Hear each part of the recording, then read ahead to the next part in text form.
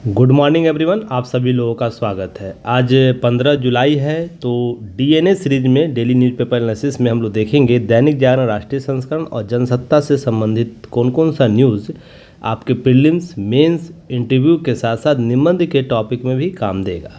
हालांकि हम 15 दिनों से आप लोगों से दूर थे, जितना मिस आप लोग कर रहे थे उतना ही अधिक हम मिस कर रहे थे इन क्लासों को लेकर।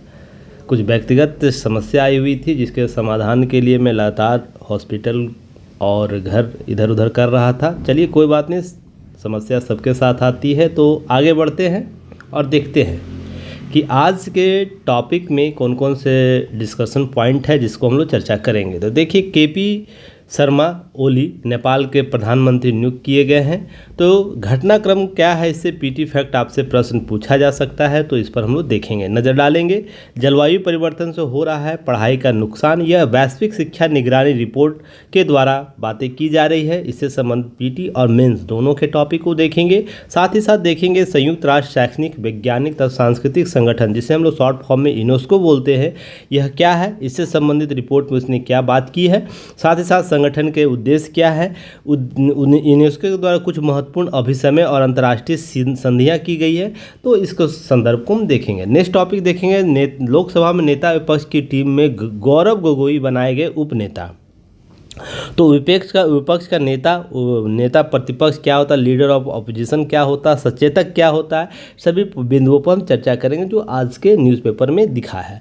साथ ही देखेंगे इंदौर में 9.5 घंटे में बनाया गया पौधे रोपने का वर्ल्ड रिकॉर्ड। तो यह वर्ल्ड रिकॉर्ड किस रूप से लाभदायक होगा, साथ ही साथ यह किस रूप से भारतीय परिवेश, वैश्विक परिवेश में वृक्षारोपण को बढ़ावा देगा, इन सारे संदर्भों को समझने का प्रयास करेंगे। नेक्स्ट टॉपिक में देखेंगे आतंक की नई चुनौतियां हैं, तो उस सारे संदर्भ को देखने का प्रयास करेंगे। जम्मू कश्मीर के हालिया जो घटनाक्रम चल रहे हैं उसकी भी हम बात करेंगे। नेक्स्ट टॉपिक देखेंगे मैन्युफैक्चरिंग के जरिए रोजगार बढ़ाने की तैयारी है। तो लगातार देखिए दैनिक जागरण क्या कर रहा है, बजट सेशन आने से पहले प्रत्येक एक टॉपिक पर आप लोगों को एक आर्टिकल दे रहा है, जिस पर आप है ना हर सेक्टर को लेकर आप अपने मेंस के पॉइंट को मजबूत कर सकते हैं। तो इस पॉइंट को देखेंगे। साथ ही अमेरिका के पूर्व 4 राष्ट्रपतियों पर हो चुकी है हत्या का प्रयास और हत्या हुई है। साथ ही अनेक राष्ट्रपतियों पर प्रयास किए गए जो हालिया आपको ट्रंप साहब पर जो किए गए हैं हमला रैली के दौरान, उन घटनाक्रम पर हम देखेंगे।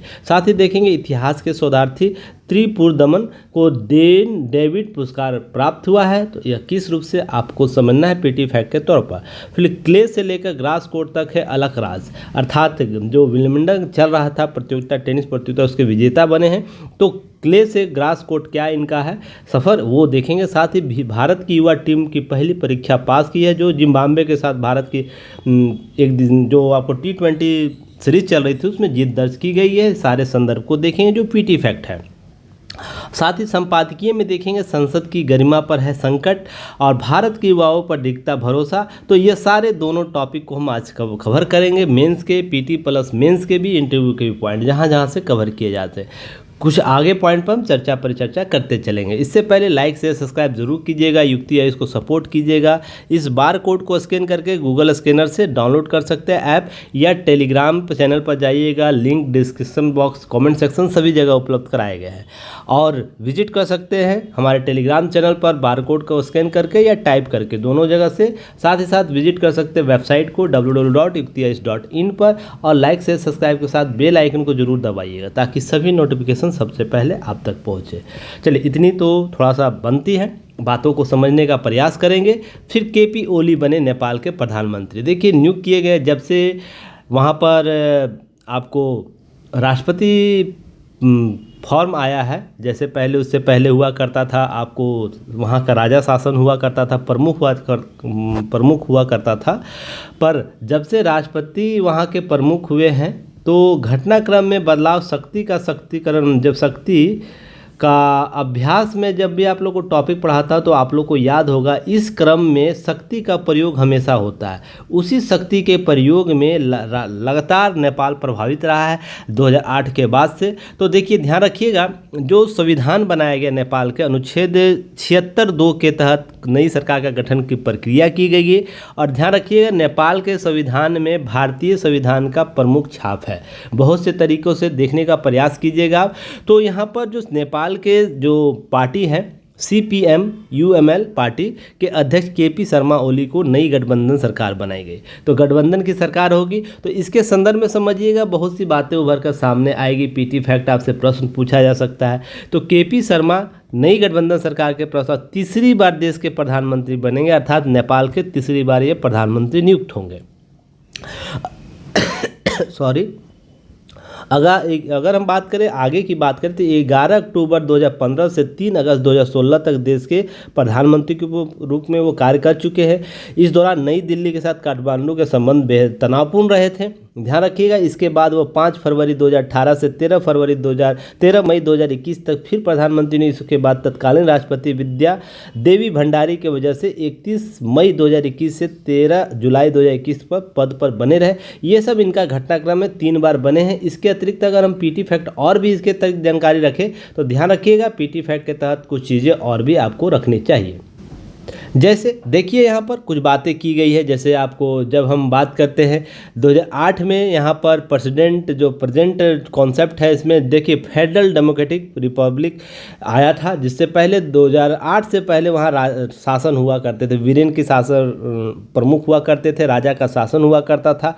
पर जब से आपको प्रधानमंत्री और राष्ट्रपति का फॉर्म आया है, सत्ता का अभ्यास हमेशा कायम रहा है। सत्ता का अभ्यास में बार बार बात करता हूँ, किसी भी संसदीय या संघात्मक शासन व्यवस्था में सत्ता का अभ्यास एक महत्वपूर्ण पक्ष है, जिसमें जिसके पास अधिक बहुमत होगा, जिसके पास अधिक शक्तियां होगी, जिसके पास लोकप्रियता अधिक होगी, वो ही सत्ता का अभ्यास करेगा। इसके संदर्भ में ही चीज़ों को देखिएगा। देखिए पहला प्रधानमंत्री जब बने थे संसदीय, वहाँ पर जो फेडरल डेमोक्रेटिक आपको रिफॉर्म जब आया था, रिपब्लिक शासन बना था, उसके बाद की बात हो रही है। तो गिरिजा प्रसाद कोराइला बने थे आपको यहाँ के प्रथम प्रधानमंत्री जो राष्ट्रपति फॉर्म के तहत आए हुए थे। उसके बाद लिस्ट लगातार आप देख सकते हैं, इस लिस्ट को एक बार जरूर आप लोग देखिएगा, यहाँ पर दे दिया गया है। देखिए KP ओली का शासनकाल आपको देखने को मिल रहा होगा। इन सबों के अतिरिक्त आपको 2-3 चीज़ें याद रखनी है। राष्ट्रपति वहाँ के कौन कौन है वर्तमान काल में और पहले भी रहे हैं, तो उनको याद रखना है। 2008 के बाद वहाँ पर 4 राष्ट्रपति ने शासन किया है, तो वहाँ पर ध्यान रखना। वर्तमान में अभी कौन है?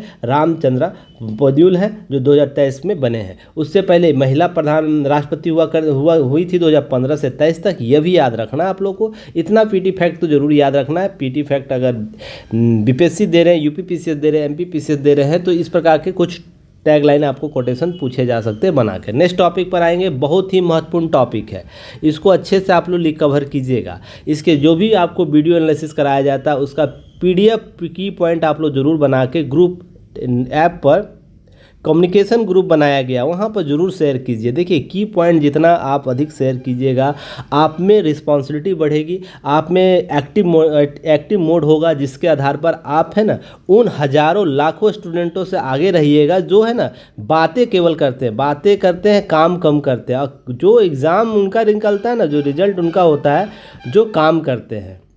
क्लियर हो गया?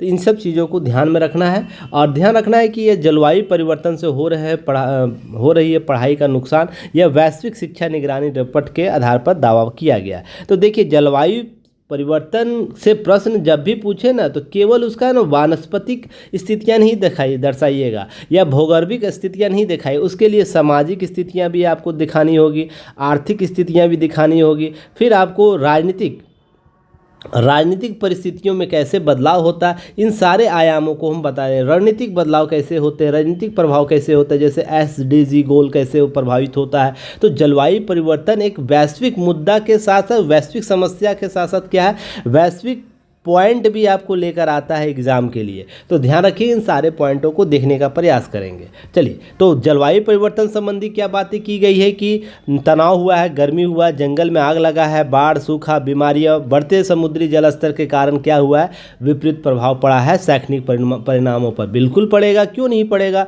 अधिक गर्मी होगा तो स्कूलें बंद होंगी, जंगल में आग लगे, जहाँ प्रभावित क्षेत्र है वहाँ पर सारी समस्या समाधान निकालने पर होगा। बाढ़, सूखा, बीमारियाँ से कारण अब स्कूलें बंद होते, सीधा डायरेक्ट प्रभाव पड़ेगा बच्चों के शैक्षणिक अवस्था पर। तो इसी के तहत एक वैश्विक रिपोर्ट को संयुक्त राष्ट्र संगठन जो शैक्षणिक, वैज्ञानिक और सांस्कृतिक संगठन यूनेस्को जिसको हम लोग बोलते हैं, इसकी monitoring and evaluating climate communication and education परियोजनाएं, और कनाडा के जो विश्वविद्यालय है सस्केचुआन विश्वविद्यालय, उसके द्वारा संकलित किया गया। अब ध्यान रखिएगा, अधिकांश निम्न और मध्यम आय वाले देशों में हर साल जलवायु परिवर्तन को लेकर यह समस्या उत्पन्न होती है। तो आपसे प्रश्न पूछेगा या कहीं मेंस में आपसे प्रश्न पूछा मध्यम और निम्न आय वाले वर्गों को जलवायु परिवर्तन से क्या समस्या होती है, तो इस एक पॉइंट को आप वहाँ ऐड कर सकते हैं। और भी बहुत से पॉइंट है जिसको मैं समय समय बताता रहता हूँ, आप लोगों को इन सब चीज़ों को ध्यान में रखना है। अब ध्यान रखिएगा, रिपोर्ट में बहुत सी बातें की गई है। 20 वर्ष चरम मौसम में 65% 75% घटनाएं प्रभावित हुए, जिसके स्कूल बंद हो गया, जिससे 50 लाख या इससे अधिक लोग प्रभावित हुए हैं। बाढ़, चक्रवात सहित लगातार प्राकृतिक आपदाओं के कारण छात्रों, शैक्षणिक संगठनों के कारण क्या हुआ है, क्षतिग्रस्त हुआ है, नष्ट हो गया है।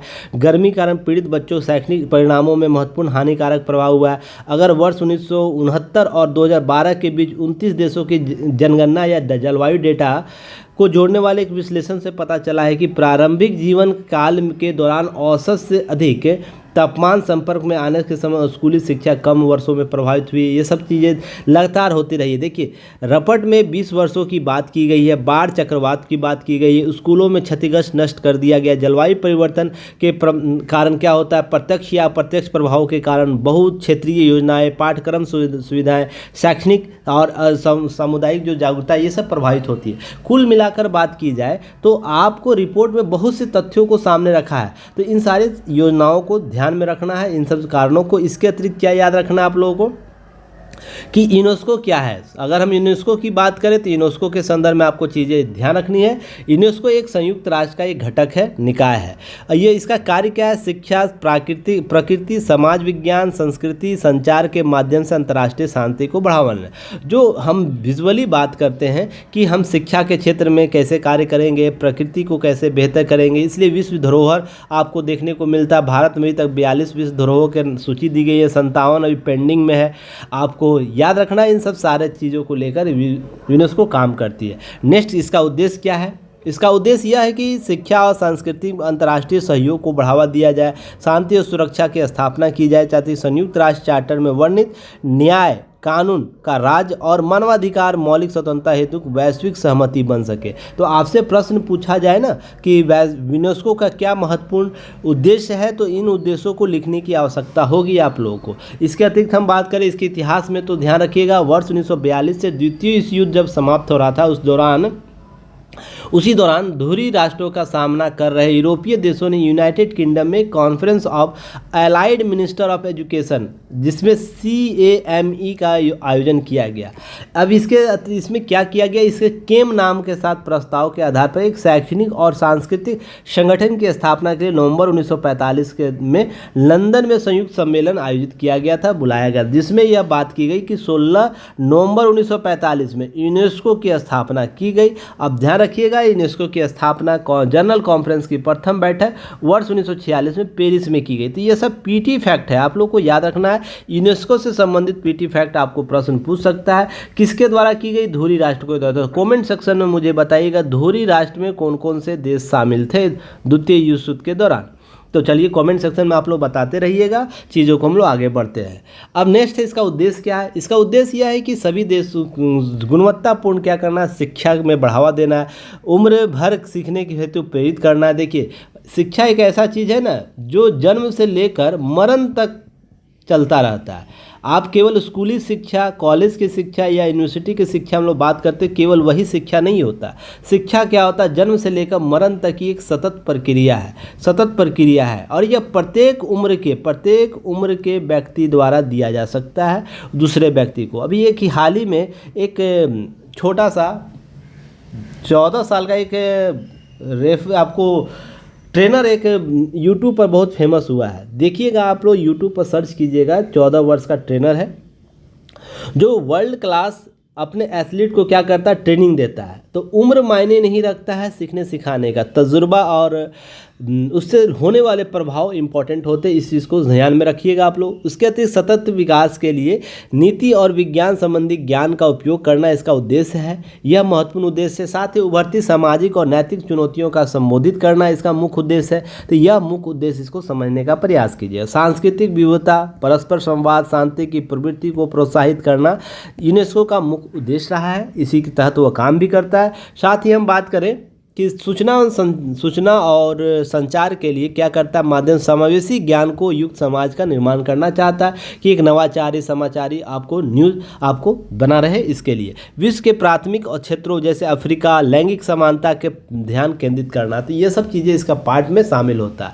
अगर हम इसके अतिरिक्त बात करें कि यूनेस्को द्वारा अभिसमय और अंतर्राष्ट्रीय संधियाँ दी गई। अभिसमय का अर्थ है कि आपको एक रेजुलेशन पास किया गया जिसके माध्यम से प्रतिबद्धता बताई जाती है कि उसी राष्ट्र के द्वारा कि यह काम करना चाहिए। उसके बाद वो जब अभिसमय लागू हो जाता है संधि के तौर पर काम करता है। अब ध्यान रखिएगा, सांस्कृतिक अभिव्यक्ति की विविधता और संरक्षण संवर्धन के लिए अभिसमय 2005। यहाँ से प्रश्न भी आपको यूपीएससी में प्रश्न पूछे गए हैं, ध्यान रखिएगा, यहाँ से प्रश्न आपको पूछे जा चुके हैं। अमूर्त सांस्कृतिक विरासत संरक्षण के लिए अभिसमय 2003, जिसमें अमूर्त आपको लिस्ट बनाया जाता है, उसके लिए आपको यहाँ पर दिया गया है। यह 2003 का कार्य करता है। इसके अतिरिक्त सांस्कृतिक विविधता सार्वभौमिक घोषणा, जिसके लिए आपको 2001 का सार्वभौमिक घोषणा है सांस्कृतिक विविधता के लिए, जिसमें हम भारत की बात करते हैं या वैश्विक विविधता की बात करते हैं सांस्कृतिक विविधता, उसमें घोषणा 2001 काम करता है। नेक्स्ट है अंतर्जलीय सांस्कृतिक विरासत संरक्षण का अभिसमय 2001, यह भी काम करता है। अंतर विश्व सांस्कृतिक प्राकृतिक विरासत संरक्षण अभिसमय 1972 का नियम काम करता है, जो यूनेस्को इसे लागू कराना चाहता है, वैश्विक रूप से एक राय बनाने चाहती है। फिर सांस्कृतिक संपदा के लिए अवैध आयात निर्यात, स्वामित्व हस्तांतरण पर प्रतिबंध, रोकथाम साधनों पर अभिसमय 1970 काम करता है, जो यूनेस्को मुख्य रूप से देशों के साथ लागू करना चाहता है। साथ ही जब हम यूनेस्को की बात करते हैं तो भारत की भी बात होगी वहाँ पर। तो भारत, ध्यान रखिएगा, राष्ट्रीय आयोग गठित किया यूनेस्को के साथ सहयोग के लिए, भारतीय राष्ट्रीय आयोग, जिसको INCCU कहते हैं, ध्यान रखिएगा, यूनेस्को के साथ यह लागू करता है। यूनेस्को शुरुआत यानी 1946 से ही इसका सदस्य के तौर पर काम कर रहा है। यूनेस्को के अनुसार प्रत्येक सदस्य देश एक मुख्य संस्थान होना चाहिए, यूनेस्को के साथ कार्य करेगा। इसी प्रकार भारत में यूनेस्को के साथ एक अंतर्राष्ट्रीय आयोग गठित किया गया, जिसमें 2 कार्यालय भारत में है, एक मध्य एशिया, दक्षिण एशिया और मध्य एशिया के 11 देश का। दिल्ली में एक नया क्लस्टर कार्यालय है, नई दिल्ली क्लस्टर कार्यालय, जिसमें 11 देश जो है Afghanistan, Bangladesh, Bhutan, Bharat, Iran, Maldives, Mongolia, Myanmar, Nepal, Pakistan, Sri Lanka. अब ध्यान रखिएगा, इसके साथ भारत के भी संगठन है, 2 संगठन काम करते हैं भारत इसके साथ। तो मुझे उस संगठन का नाम बताइए जो भारत मध्य, दक्षिण और मध्य एशिया के देशों के साथ संगठन साझा करता है, तो उसका नाम जरूर बताइएगा। दूसरा संगठन है महात्मा गांधी शांति और सतत विकास संस्थान, जो शिक्षा संस्थान आपको यहाँ पर भारत सरकार द्वारा पूर्णतः वित्त पोषित और सहायता से लागू की जाती है। अभी इसके साथ भारत वर्ष 2022-26 के अवधि के लिए अमूर्त सांस्कृतिक विरासत की सुरक्षा हेतु यूनेस्को को वर्ष 2003 कन्वेंशन की अंतर सरकारी समिति के लिए चुना गया है। तो 22-2026 अवधि के लिए अमूर्त सांस्कृतिक विरासत के लिए भारत कार्य कर रहा है, तो इसके लिए ध्यान रखना है। भारत 2006 से लेकर 2010, 2014 से लेकर 2018 तक 2 बार ICH समिति के सदस्य के रूप में कार्य किया, जो यूनेस्को का एक समिति होता है, अंतर समितियाँ होती है, उसका समिति कार्य कर चुका है। इससे पहले कोलकाता में दुर्गा पूजा मानवता के अमूर्त सांस्कृतिक विरासत की यूनेस्को की प्रतिनिधि सूची में अंकित किया गया। हाल ही में इसकी सूची है, तो मुझे यह बताइएगा 42 जो विश्व धरोहर है भारत का, उसमें टॉप नीचे से 5 का नाम जरूर बताइएगा जो हाल में बने हैं, तो आपको जरूर इसको याद रखना चाहिए, ठीक ना। एक विश्व होता है, एक अमूर्त होता है, तो दोनों को ध्यान में रखना, अलग अलग दोनों चीज़ें हैं। चलिए नेक्स्ट टॉपिक देखेंगे। यह जरूर याद रखिएगा, पुरी का जगन्नाथ मंदिर में 46 वर्ष बाद खुला है पुरी का रत्न भंडार। तो देखिए, रत्नों को रखने के लिए 6 संदूक बनाए गए थे यहाँ पर, जो खोला गया 46 वर्ष के बाद। इससे पहले आपको कब खुल चुका है मंदिर का, यह रत्न भंडार। देखिए सभी का सांस्कृतिक और धार्मिक विरासत होता है जिसको आपको समझने की आवश्यकता है। हर चीज़ एग्जाम के लिए इम्पोर्टेंट ना हो ये अभी ज़रूरी नहीं है, आपको अपनी विविधता को जानने की भी आवश्यकता है।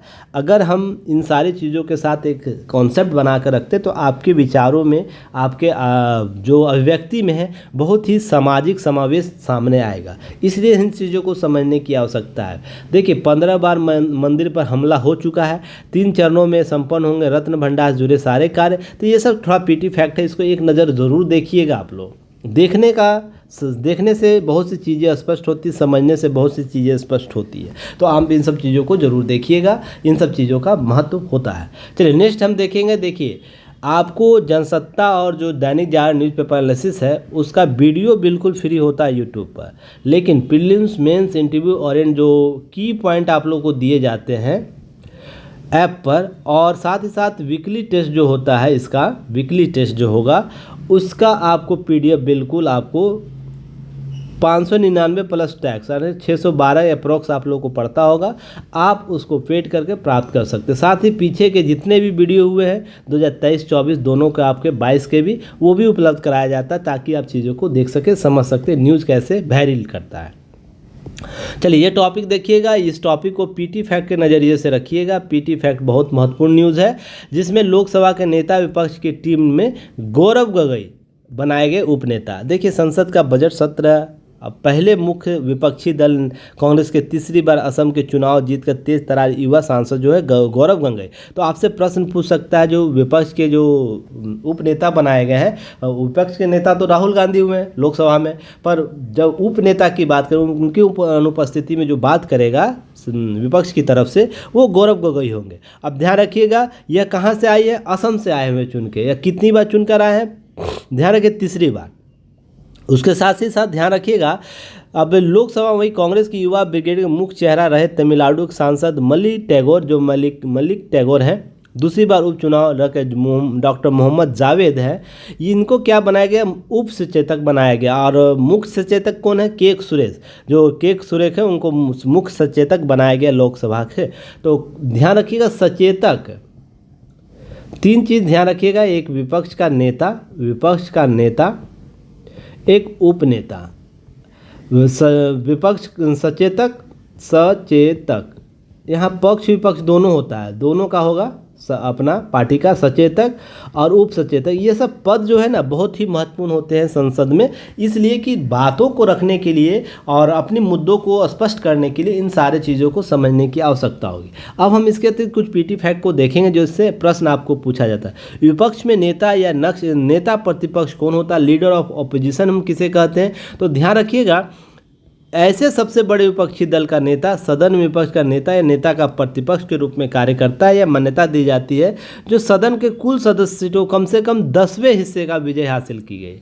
कुल जो सीट है, मान लीजिए 543 पर इलेक्शन हुआ है ना, 550 कुल सीट है, उसमें से आपको 10वां% होना चाहिए, अर्थात आपको 55% सीट होनी चाहिए आपको इस प्राप्त होने के लिए। अब 545 पर निर्वाचन हुआ है तो इसके आधार पर नहीं होगा, इसके आधार पर ध्यान रखिए आपसे प्रश्न पूछा जा सकता है। तो सदन का कुल सीट जो है 550 है लोकसभा का सीट, उसमें से आपको 10% आपको होना चाहिए, अर्थात 55 सीट। और जबकि चुनाव कितने पर हुए, 543 पर। बाकी चुनाव क्यों नहीं होते हैं, आप लोगों को मैंने कभी बताया था, इसका भी जम्मू कश्मीर का मामला है और अन्य केंद्र शासित प्रदेशों में जनसंख्या का मुद्दा है, जिसके आधार पर यह जो 7 सीट है अभी खाली होता है। ठीक है, चलिए आगे हम बात करेंगे। इसके अतिरिक्त थोड़ा तबीयत मेरा भी थोड़ा वीक चल रहा है, इसीलिए अभी मैं पिछले 15 दिनों से बहुत परेशान हूँ। माँ का तबीयत ख़राब था जिसके वजह से मैं टाटा लगातार परेशान रहा, फिर उस बीच में मेरा भी तबीयत ख़राब हुआ। कोई बात नहीं, धीरे धीरे सारी चीज़ें रिकवर हो जाएंगी। चलिए, वह सरकार का क्या करता है, सरकार की नीतियों का रचनात्मक आलोचना करता है। कौन, विपक्ष का नेता। विपक्ष का नेता जो ऑपोजिशन ऑफ लीडर होते हैं, लीडर ऑफ ऑपोजिशन जिसे हम कहते हैं, उसको ध्यान रखें। वैकल्पिक सरकार अर्थात शेडो, ध्यान रखिएगा शेडो प्रधानमंत्री या शेडो मंत्रिमंडल की संज्ञा हम लोग जिसको देते हैं, शेडो मंत्रिमंडल की संज्ञा देते हैं, जो छाया रूप से क्या करता है, वैकल्पिक सरकार प्रदान करता है। मुद्दों को कैसे सामने रखना है, मुद्दों को कैसे लोकतांत्रिक रूप से बातें रखनी है, इन सब मुद्दों को लेकर बातें चर्चा होती है। दोनों सदनों में विपक्ष का नेता वर्ष 1977 में वैधानिक मान्यता दी गई। ध्यान रखिएगा, वे कैबिनेट मंत्री के बराबर वेतन, भत्ते और अन्य सुविधाओं का हकदार होते हैं। तो कैबिनेट मंत्री जिसका सुविधा भोगता है उसका आधार पर यह भी भोगता है। अब ध्यान रखिए, विपक्ष का नेता पद का उल्लेख संविधान में नहीं है बल्कि संसदीय संविधि में, अर्थात संसदीय जो है विधि बनाई गई है उसके आधार पर लोकसभा और राज्यसभा के संदर्भ में समझिएगा, संसदीय विधि में है, संसदीय लॉ में है, जो पार्लियामेंट्री लॉ होता है उसमें है, ना कि संविधान में। तो आपसे प्रश्न कभी पूछेगा तो कन्फ्यूजन नहीं होइएगा, ठीक है ना, कि नहीं तो आप लोग टिक टाक करके आ जाइएगा। अब सचेतक क्या होता है, व्हीप होता है, वो क्या होते हैं, ध्यान रखिएगा, प्रत्येक राजनीतिक दल चाहे वो सत्ताधारी हो या विपक्ष हो का संसद में अपना स्वयं का व्हीप या सचेतक होता है। इसका मुख्य रूप से क्या होता है, उसे राजनीतिक दल द्वारा एक सहायक पटल नेता के रूप में काम करने का लिए नियुक्त किया जाता है, जिस पर बड़ी संख्या में अपनी पार्टी सदस्यों की उपस्थिति सुनिश्चित कराने, किसी विशेष मुद्दे पर पक्ष या विपक्ष के खिलाफ समर्थन हासिल करने की जिम्मेदारी होती है। और वो क्या कर सकता है, बहुत ही महत्वपूर्ण, लोक प्रतिनिधि अधिनियम के तहत अगर वो क्या करे, लोकसभा अध्यक्ष और राज्यसभा जो सभापति होते हैं उनसे अगर यह सचेतक यह निर्देश दे यह अनुग्रह करे कि अमुक व्यक्ति XYZ हमारे व्हीप का उल्लंघन किया है, तो ध्यान रखिएगा लोकसभा अध्यक्ष और राज्यसभा का सभापति इस XYZ की सदस्यता रद्द कर सकता है। तो इसलिए किसी व्यक्ति विशेष जब संसद के पटल पर है, सचेतक के बातों और निर्देशों का पालन करने के लिए बाध्य बनाया जाता है। तो यहीं पर ध्यान रखिए, क्वेश्चन मेंस में पूछा जाता है, मेंस में क्वेश्चन पूछा जाता है कि सचेतक या व्हीप के कारण जो लोकतांत्रिक वैचारिक मतों की हत्या होती है, लोकतांत्रिक वैचारिक जो अभिव्यक्ति उसकी हत्या हो जाती है, तो क्यों नहीं होगी, इसके संदर्भ में आप लोग बातें मैंने पहले भी बताया, क्योंकि वो अपने विचार नहीं रख सकता है। ज़रूरी नहीं है जो XYZ जो पार्टी है वो क्या करता है, कोई राय रखती किसी मुद्दे पर, मान लीजिए CAA पर राय रखा, तो इस XYZ पार्टी अपनी व्हिप जारी कर देता है इस सचेतक के माध्यम से। तो जितने भी इस पार्टी के अन्य मेंबर हैं, सदस्य हैं, वो भी प्रतिबद्ध हो जाते हैं इसको मानने के लिए, नहीं तो उनकी सदस्यता जनप्रतिनिधि अधिनियम 1951 के तहत आपको रद्द कर दी जा सकती है या उनको बर्खास्त किया जा सकता है उनकी वर्तमान सदस्यता से। ध्यान रखिएगा, इसके कारण क्या होता है कि वो सदस्य अपने वैचारिक मतों को नहीं रख सकता। ज़रूरी नहीं है जो पार्टी बोल रहा वहाँ पर 100 मेंबर हैं, मान लीजिए 100 के विचार एक जैसे हो, उनकी वैचारिक छूट हो सकती है, इसको समझने की आवश्यकता है। तो आपको मेंस में यहाँ से प्रश्न पूछे जाए, इसलिए हल्के में मत इसको लीजिएगा, यह बहुत ही महत्वपूर्ण प्रश्न के तौर पर आपसे पूछा जा सकता है। इसके अतिरिक्त हम आगे जब बात करते हैं, अब वो क्या करता है, इसके अतिरिक्त व्हिप पद का उल्लेख न तो भारतीय संविधान में है, न ही ऊपर वर्णित 2 संविधियों में है जो संसद के सरकारी परिपटी पर होती है। ध्यान रखिएगा, जो संसद के नियम होते हैं वहाँ भी नहीं है। यह एक अभ्यास के दौरान जारी किया गया, महत्वपूर्ण रूप से आपको चीज़ें लागू की गई है। चलिए पीटी फैक्ट देखते हैं। इंदौर में 9.5 घंटों में बनाया गया पौधेरोपण का world record, Guinness of world record के प्रमाण पत्र जारी किया गया है। ध्यान रखिएगा, 11 लाख पौधे रोपे गए हैं। 12 घंटे में संकल्प लिया गया 11 लाख पौधे रोपे जाएंगे। महज 7 से 7:30 बजे जब ये प्रोग्राम शुरू किया गया, 11 लाख पौधे रोपने को था, लेकिन इंदौर वासियों ने ऐसा उत्साह दिखा कि शाम 4 बजे तक पौधे 11 लाख से ऊपर हो चुका है। तो यह वर्ल्ड रिकॉर्ड है, इसलिए ध्यान रखिएगा कि 6.5 घंटे में क्या करना था, 9.5 घंटे में आपको वर्ल्ड रिकॉर्ड रोप दिया गया 11 लाख पौधे का। तो यह रिकॉर्ड है। रिकॉर्ड बनाने के लिए नहीं होना चाहिए। मैं यह मानता हूँ जिस प्रकार से जलवायु परिवर्तन होना चाहिए, परिवर्तन प्रभाव डाल रहा है, असर छोड़ रहा है मानव और मानव समूहों का, यह व्यक्तिगत क्या होना चाहिए, कर्तव्य होना चाहिए कि हम किसी खास अवसरों पर इसे नहीं करें। यह हमारे दैनिक जीवन में शामिल होना चाहिए। दैनिक जीवन में या किसी प्रकार के हम त्यौहार मना रहे हैं, किसी प्रकार का उत्सव मना रहे हैं, एक जस्टर के तौर पर हम इसे अपने जीवन में शामिल कर लें। जैसे बर्थडे पार्टी हो या हम एनिवर्सरी मना रहे हैं या किसी प्रकार की खुशियाँ मना रहे हैं, तो पौधे रोपने का हम काम कर सकते हैं, इस तरीके से काम कर सकते हैं। जैसे मेरा युक्ति है, इसका एक टैग लाइन है, अंगदान प्रत्येक व्यक्ति का सम्मान। तो मैंने उस चीज़ को भी लागू किया है, क्योंकि मैंने अपने शरीर के सारे अंग को दान किया है। तो इसके लिए आप लोग को भी प्रतिबद्ध होना चाहिए। देखिए, कोई सिखाएगा नहीं कि वर्ल्ड रिकॉर्ड ही केवल बनाना है तो उसके लिए हम 11 लाख पौधे रोपेंगे। तो ध्यान रखना है, इन सब चीज़ों को लेकर आप चीज़ों को कर सकते हैं। चलिए आगे हम बात करेंगे। बस वर्ल्ड रिकॉर्ड आपको याद रखनी है। एक मुद्दा है, आतंक की नई चुनौती हुई है। जम्मू कश्मीर में बार बार खबरों में दिखता आतंकवादी घटना लगातार चिंता का विषय है। जब 370 की हम बात कर रहे हैं, राज्य में निवेश आया, विकास की गतिविधियां तेज हुई, तो इन सभी के कारण भी एक देखने को मिल रहा है। विधानसभा चुनाव अब हाल में होने वाले हैं, तो इन सब चीज़ों को लेकर आतंक के क्षेत्र को बनाना आसान है। इससे लोगों के लोकतांत्रिक हकों को मारा जा सकता है, उनको उनके समान धारा से दूर किया जा सकता है। डर एक ऐसा चीज़ है जिससे किसी व्यक्ति विशेष में मिल जाए, शरीर में, उसके डीएनए में, उसकी पुश्तें डरी हुई जन्म लेती हैं। तो इन सब चीज़ों को लेकर मैं आप लोगों को याद है, एक वीडियो मैंने ग्रुप में कभी शेयर किया था। एक घोड़े का वीडियो था, उसका ट्रेनर उसके गले में रस्सी नहीं, केवल क्या करा, अपने हाथों से इशारा करके रस्सी बांधने का प्रैक्टिस करा, जिससे वो व्यक्ति वो घोड़ा क्या हुआ, उसके ट्रेनर के हिसाब से चलना शुरू किया। जैसे जैसे वो हाथ हिलाती थी, वो घोड़ा उसी अनुसार काम करता है। इसलिए गुलामी एक ऐसा चीज़ है ना, गुलामी एक ऐसा चीज़ है जो उसके मनों को प्रभावित करती है। इसी प्रकार आतंकवाद, आतंकी घटना ऐसी है कि किसी व्यक्ति विशेष के मन मस्तिष्क को प्रभावित करती है, उसके सतत विकास से दूर कर देती है, उसके मानवीय विकास को रोक देती है, उसके सांस्कृतिक जवाबदेहिता को कम कर देती है। साथ ही साथ क्या करती है, उसके समान धारणा को मार देती है। जो समान धारणा होती है ना कि हम एक मानव है, मानव का जो प्राथमिक हक है उसे प्राप्त करने से रोक देती है। यह इतना बड़ा आतंकी घटना इतना प्रभाव छोड़ता है किसी मन मस्तिष्क में। तो ध्यान रखिएगा। अब है कि 2021 में 84,555 करोड़ निवेश प्रस्ताव आए थे जम्मू कश्मीर औद्योगिक नीति घोषणा के बाद। तो इतना रकम आया था, जिससे आपको समझ सकते विकास किस प्रकार से प्रभावित हुआ। दिख रहा है विकास, वहाँ के लोकसभा चुनाव में भी दिखा, लोगों के द्वारा सपोर्ट किया गया, चुनाव बढ़ चढ़ के हिस्सा लिया। तो आतंकवादी घटना क्षणिक भर है, उस पर शासन, हमारा सैनिक नेतृत्व जितना कायम रहेगा उससे संपन्न किया जा सकता है, उससे समाधान उसका निकाला जा सकता है। पर क्या करना है, हमें विकास के रास्ते को रुकना नहीं है। जितना आतंकवादी घटना हो उससे कहीं ज़्यादा हमें विकास की अवधारणा को विकसित करना होगा, लोगों को सुविधाएं देने की बात करनी होगी।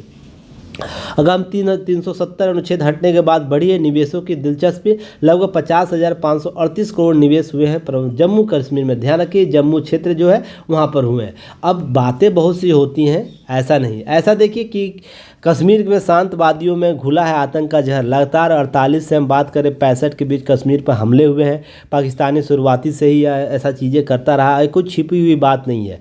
अगर खुली बॉर्डर कर दिया जाए, सेना को छूट दे दी जाए, एक दिन में सारी जो आतंकवादी शिविरें समाप्त हो जाएंगे। एक बार युद्ध हो ही जाए फिर से इसी मुद्दे पर, और वैश्विक समझ अब सबको हो रही है, अमेरिका से लेकर फ्रांस, जर्मनी, ब्रिटेन, सभी देशों को आतंकवाद की चीज़ें समझ में आ रही है। पहले भारत बार बार आतंकवाद बोलता था ना, अमेरिका नहीं समझता था।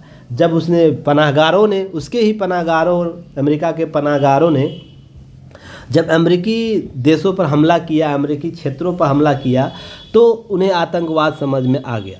तो भारत इस मुद्दे पर क्लियर क्रिस्टल शुरू से यह बातें 1947 के बाद से ही करता रहा है। तो ध्यान रखिएगा, आज़ादी से पहले जम्मू कश्मीर में यह प्रभावित था।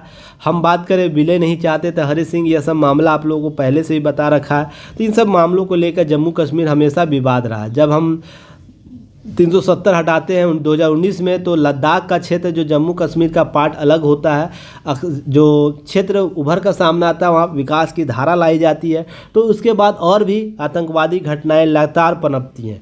कि रीज़न उसके पीछे है कि वो कभी चाहता नहीं यह क्षेत्र प्रभावित हो। इसके कारण भारत की राजनीति, पाकिस्तान की राजनीति, वैश्विक जो हथियार की आपूर्ति होती है, तो यह बहुत बड़ा मुद्दा है। और इसके साथ साथ ध्यान रखिएगा, भारत की राजनीति की बात मैं क्या कह रहा हूँ, इसका मतलब गलत अर्थ में नहीं समझना।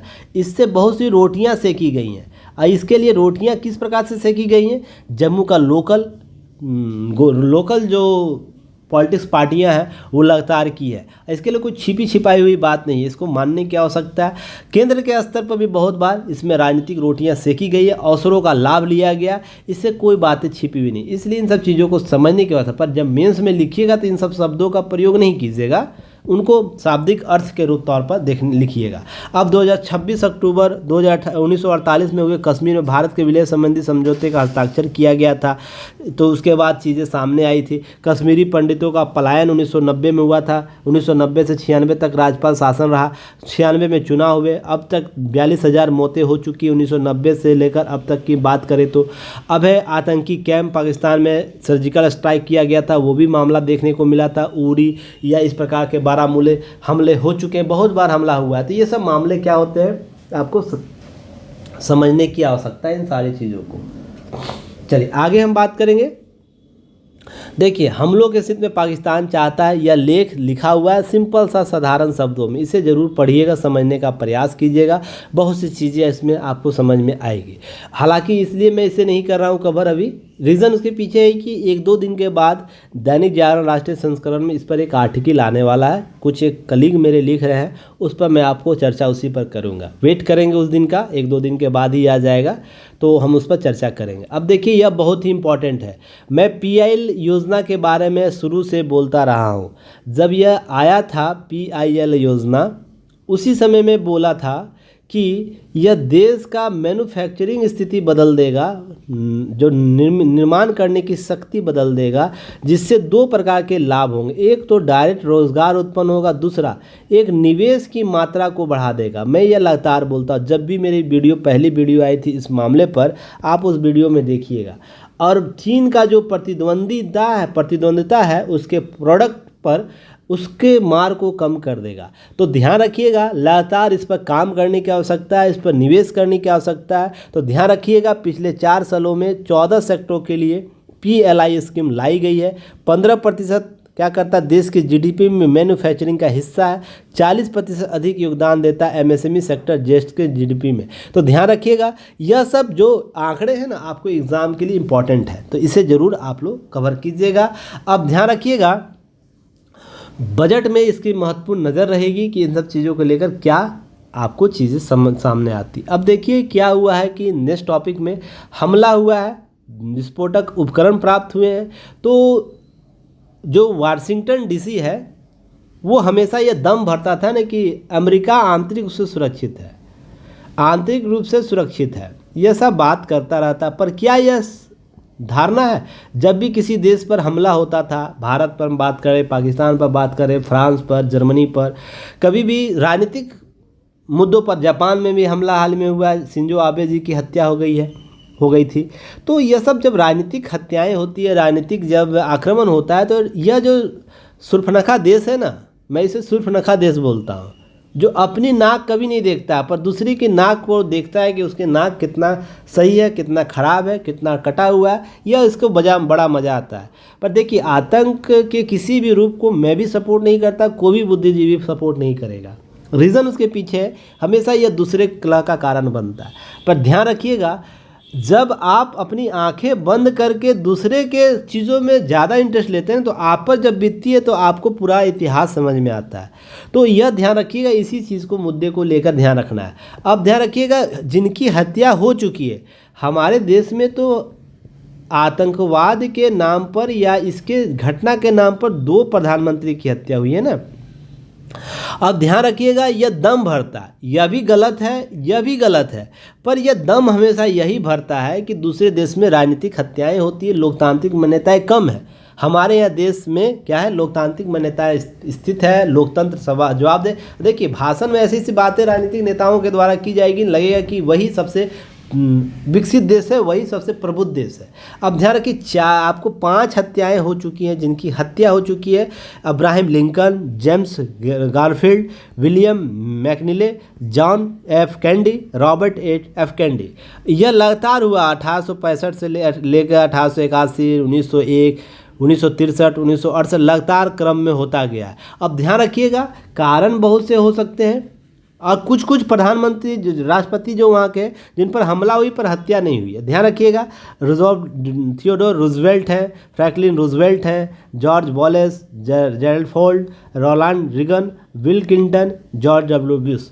तो ये सब लगातार आपको राजनीतिक हत्या का प्रयास रहा, इतिहास लगता रहा। इन सब चार चीज़ों को एक बार ज़रूर पढ़ लीजिएगा, चीज़ों को कवर करने का प्रयास कीजिए। इसलिए मैं हमेशा एक बात बोलता हूँ ना, जब आप एक उंगली किसी पर खड़ा करते हैं ना, तो आपके पास 4 उंगली ने क्या होता है, आपके तरफ होती है ना, 4 उंगली। तो इस चीज़ को समझने की आवश्यकता है। जब ये 4 उंगली आप दूसरे पर खड़ा कर रहे हैं ना, दूसरे व्यक्ति पर, तो 4 उंगली आपके तरफ होती है। तो इसे ध्यान में रखिएगा आप लोग, आप भी व्यक्तिगत तौर पर इसे ध्यान में रखना है। जब भी किसी उंगली किसी पर कर रहे हैं ना, कि सामने वाला को निर्दोष या दोष साबित करने का प्रयास कर रहे हैं, अपनी 4 उंगलियों की विविधता को समझने का प्रयास कीजिएगा। आप पर पहले 4 उंगली खड़ी है, आपके अंतर्यात्मा से पूछनी चाहिए, क्या आप वो मुक्त हैं, आप उनकी उंगली जो कर रहे हैं सामने वाले से, जैसे वो दोषी आप साबित करना चाहते हैं, क्या आप उस प्रकार के दोष से मुक्त हैं। यह कॉन्सेप्ट जिस दिन आप लोग समझ जाइएगा ना, किसी पर दोषारोपण करना भूल जाइएगा। दोषारोपण यह व्यक्तिगत व्यवहार की चीज़ें हैं जिसको आप लोग को लागू करनी चाहिए। चलिए आगे हम बात करेंगे। पीटी फैक्ट पुरस्कार, डेन डेविड पुरस्कार दिया गया इनको, तो पीटी फैक्ट इसे जरूर याद, इसे कवर कर लेना है, ठीक है। चलिए आगे हम बात करेंगे। अब है कि दूसरी बार जीता है विंबलडन खिताब जो है अलकराज, तो राज ही राज इनका है, जो नोकोजोविक को किसको हराया है, जोकोविच को हराया है। अब मुझे पीटी फैक्ट में मुझे बताइएगा, नोकोवा जोकोविच किस देश के हैं, अलकराज किस देश के हैं, इसे पीटी फैक्ट आप लोग बता सकते हैं, ध्यान रखिएगा। इसके अतिरिक्त फाइनल में जोकोविच को दी है मात, फ्रेंच ओपन के बाद जीता है विंबलडन, चौथा ग्रैंड स्लैम पुरस्कार है इनका अलकराज के नाम। तो ये सब पीटी फैक्ट है, इसको थोड़ा सा ध्यान रखने की जरूरत है। अगर हम अलकराज के ग्रैंड स्लैम पुरस्कार की बात करें तो US open 2022, Wimbledon 2023, French open 2024, Wimbledon 2024। तो चलिए फ्रेंच और विंबलडन के आपको मिल चुका है, 2 के चीज़ें आपको ध्यान है। 8वीं बार पुरुष सिंगल विंबलडन खिताब जीतकर रोजर फेडरर की बराबरी के अवसर नोकोविच जिसको फिर गवा दिया। तो लगातार इन खिलाड़ियों के कुछ रिकॉर्ड्स आपको याद रखने हैं। देखिए 4 बार ग्रैंड स्लैम फाइनल में पहुंचकर हर बार ट्रॉफी जीतने वाले दूसरे खिलाड़ी बन गए कार्लोस अलकराज। यह केवल उससे पहले फेडरर कर चुके हैं। नाम थी यह उपलब्धि, जो 4 बार लगातार वो पहुँचे और चारों बार ये जीत चुके हैं पुरस्कार। तो यह चीज़ें आपको समझनी है। देखिए भारतीय टीम के द्वारा भी एक उपलब्धि हासिल की गई। भारतीय युवा टीम की पहली टीम थी जो विदेशी दौरे पर थी जिम्बाब्वे के। तो 4-1 से यह सीरीज़ जीती है, 5 मैचों के जो T20 सीरीज़ थी उसमें। तो यह पीटी फैक्ट याद रखना है इन सब चीज़ों को लेकर। चलिए मेंस का जो पीटी फैक्ट है, मेंस का जो यह फैक्ट है, आपको ध्यान रखिएगा, यह बहुत सी चीज़ों को स्पष्ट करता है। जब हम संसदीय गरिमा की बात करती है ना, तो इसमें 2 चीज़ें याद रखिएगा हमेशा, मौलिक अधिकार प्लस मौलिक कर्तव्य याद रखिएगा, दोनों साथ साथ चलती है। हम संसदीय अधिकार की भी यहाँ से जोड़ सकते हैं। संसदीय अगर आपको अधिकार दिए गए तो संसदीय कर्तव्य भी आपके साथ है, ठीक है ना। एक व्यक्ति के तौर पर आप कैसे प्रतिनिधि कर रहे हैं, कैसे शासन प्रशासन को चलाने में सहयोग कर रहे हैं, यह इंपॉर्टेंट है आपके कर्तव्य के आधार पर। इसलिए मैं बार बार बोलता हूँ, मौलिक अधिकार से अधिक मौलिक कर्तव्य की बात होनी चाहिए, उसके अधिक प्रतिबद्धता की बात होनी चाहिए। क्लियर है। चलिए तो यहाँ पर बात हो रही है संसदीय कलह की मंच नहीं है संसद, व्यक्तिगत विचारों का मंच नहीं है। यहाँ पर डाटा एनालिसिस के आधार पर अपने राजनीतिक मुद्दों के अलावा आपको सामाजिक, आर्थिक, राजनीतिक मुद्दों जो लोगों से जुड़े हुए हैं उनकी बात करने की आवश्यकता है। तो यहीं पर बातें हुई है। संसद का मर्यादा जबरदस्त ह्रास हुआ है, अध्यक्ष का आसार सर्वोपरि होता है, संविधान का दोहराई सब देते हैं, पीठासीन अधिकारी निर्देशों को प्रायः धज्जियां उड़ाई जाती है। 18वीं लोकसभा शपथ ग्रहण के दौरान कुछ ऐसा ही संवैधानिक शपथ, सब अपनी अपनी बातें करे, कोई जय श्री राम का नारा लगा रहा है, कोई आपको जय फिलीपींस की बातें कर रहा है, कोई बातें कर रहा है अपने जय भीम की बात कर रहा है। अरे संविधान की बात होनी चाहिए थी। मैं सबकी बात कर रहा हूँ, ये सब यहाँ पर है ना, यहाँ हमाम है और सभी यहाँ लंगे हैं, सभी नंगे हैं, ठीक है ना। इसको याद रखिएगा, यह हमाम में सभी नंगे हैं, कोई अधिक कोई कम, कोई ज़्यादा कपड़ा पहन के नंगा है, कोई सभी कपड़े उतार कर नंगे हैं, पर नंगे सब है। अब ध्यान रखिएगा, अब है भावनाएं व्यक्त करने के लिए संसद का पटल नहीं है, आपका व्यक्तिगत भावना व्यक्त करने का पटल नहीं है। यहाँ पर राजनीतिक मांगों को, सामाजिक मांगों को, लोकतांत्रिक मांगों को, संसदीय मांगों को, संवादी स्वरूप के संदर्भ को स्पष्ट करने का बुनियादी मंच माना जाता है। तो इसे समझने की आवश्यकता है। यह केवल यहाँ पर संयम अनुशासन की बात होनी चाहिए थी। इन सब चीज़ों को लेकर कहीं ना कहीं बातें बिगड़ती है, संसदीय लोकतंत्र प्रभावित होता है। अब लोकसभा का नेता जो प्रतिपक्ष राहुल गांधी ने हिंदुओं को हिंसक बता रहा। मैं अगर बात करूं एक चीज़ का, तो मैं जितना एनालिसिस करता हूं राहुल गांधी को, तो देखिए एक प्रबुद्ध विक्षिप्त आदमी कहलाता है, प्रबुद्ध विक्षिप्त, जिसे जानकारी हर मुद्दे पर होनी चाहिए, ऐसी बातें यह करता है। अब ध्यान रखिएगा, ऐसी होनी, अब इसे गलत संदर्भ नहीं समझिएगा, ये कॉन्सेप्ट एक है जिस पर उसे लगता है नहीं कि मुझे हर चीज़ पर जानकारी है और मैं जो बोल रहा हूँ ना वही सबसे इम्पॉर्टेंट है, वही सच है। इसके लिए डाटा उसके पास कुछ नहीं होगा, उसके लिए उसके पास तर्क कुछ नहीं होगा, उसके पास कोई आधार नहीं होगा कहने का, पर वो कहेगा हर बात को लेकर। अब देख के सुनिएगा, हिंसक बोलते हैं, तो क्या कोई हिंदू ऐसा आपको मिलता है, हिंदू मिलता है जिसके आधार पर वो हिंसक प्रवृत्ति को बढ़ावा देता है, जिसके रगों में हिंसक प्रवृत्ति जन्म लेती है? हाँ, समय परिस्थिति के आधार पर व्यक्ति क्राइम जरूर करता है, तो व्यक्ति क्राइम करने के लिए संदर्भ के आधार पर प्रभावित होता है, न कि अपने भावनाओं के आधार पर। ध्यान रखिएगा, मैं बार बार एक बात बोलता हूँ कि इसे अन्यथा ना लिया जाए, इसे समझने का प्रयास किया जाए। जिस प्रकार से किसी भी जीवंत रूप को समाप्त करने के लिए उसकी मंशा इम्पॉर्टेंट है ना, उसी तरीके से किसी भी वैचारिक मत को व्यक्त करने के लिए उसकी वैचारिक मंशा इम्पॉर्टेंट होती है, वैचारिक मंशा इम्पॉर्टेंट होती है, जिसको आपको समझने की आवश्यकता होगी राहुल गांधी का। अब इनके लिए कुछ बातें बोलो तो पूरा इम्पॉर्टेंट गलियारा है जो ना, विपक्षी गलियारा, जो खासकर गांधी परिवार का गलियारा है, वो प्रभावित होने लगता है, वो आएगा चीज़ों को लेकर। पर क्या आपको लगता है राहुल गांधी सनातन को समझते हैं? सनातन को समझते हैं? अगर सनातन को समझते हैं तो हिंसक कभी नहीं बोलते। अगर हिंसक होता तो सनातन कभी भी है ना अपने देश में दूसरे लोगों को ना जमीन नहीं देता। और उसके जेमुरिन नाम सुने होंगे, जेमुरिन, अभी ना हम मान सकते हैं कि हिंसक होता है। जब राजा शासक हुआ करता था, वो पारसी को कभी है ना उसके पूजा स्थल में सुरक्षा नहीं दिया होता। अगर सनातन को राहुल गांधी समझते हैं तो क्लियर है चीज़ों को। अगर ऐसा सनातन में अगर चीज़ें सामने रहती, अगर ऐसा रहता कि हम ही सर्वोपरि हैं, हम ही सर्वगुण संपन्न हैं, अगर ऐसी बातें रहती तो पारसी के, जब वो जमुरिन के शासनकाल में पारसी दूत आता है और वो अपने पूजा स्थलों को लेकर सुरक्षा की बात करता है, क्योंकि पारसियों का ऐसा मानना है कि उनकी पूजा के लिए जो स्थल होते हैं वहाँ पर गैर लोगों का आना मना है। सोच के देखिए, अब दूसरे के देश पर, ज़मीन पर आप जाके यह बात बोलते हैं कि यहाँ पर हम पूजा करेंगे, वहाँ पर आपके ही देश के लोगों का आना मना है। तो यह कहीं कॉन्सेप्ट आपको क्या लगता है सनातन इससे हिंसक हो सकता है? इसी आधार पर अब दो बातें, दोगली बातें, दोहरी बातें लोग कहेंगे, पर इसे इसी के एग्जाम्पल से आप प्रूव कर सकते हैं। क्या आपको लगता है जब हिंदुओं के मंदिरों पर मज़ार बनाई गई, 2.5 दिन का झोपड़ा, फिर भी हिंदू शांत था?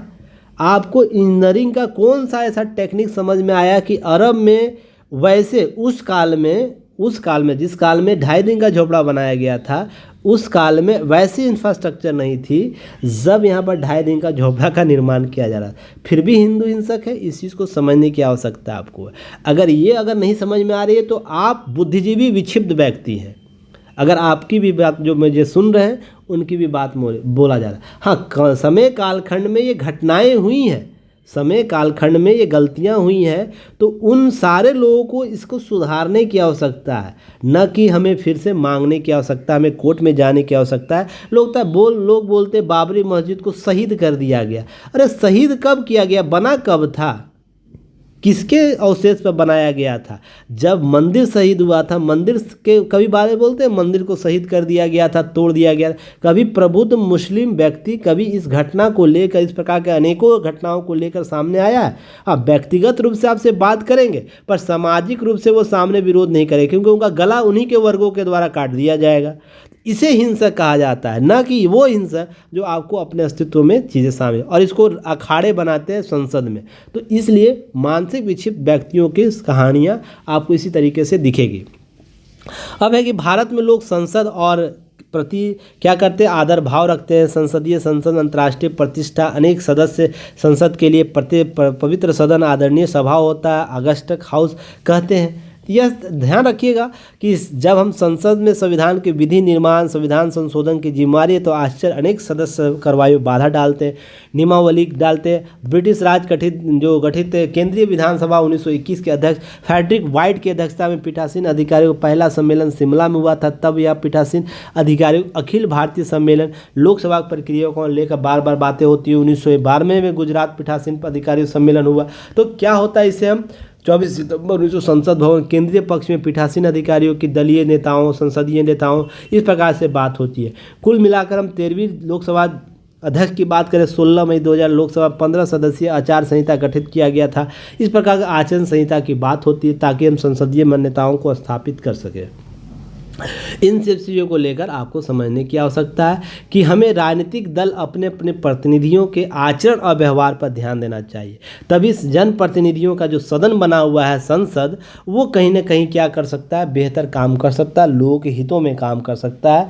केवल व्हिप है ना, व्हिप केवल राजनीतिक मुद्दों को पारित करने का मंशा नहीं होना चाहिए।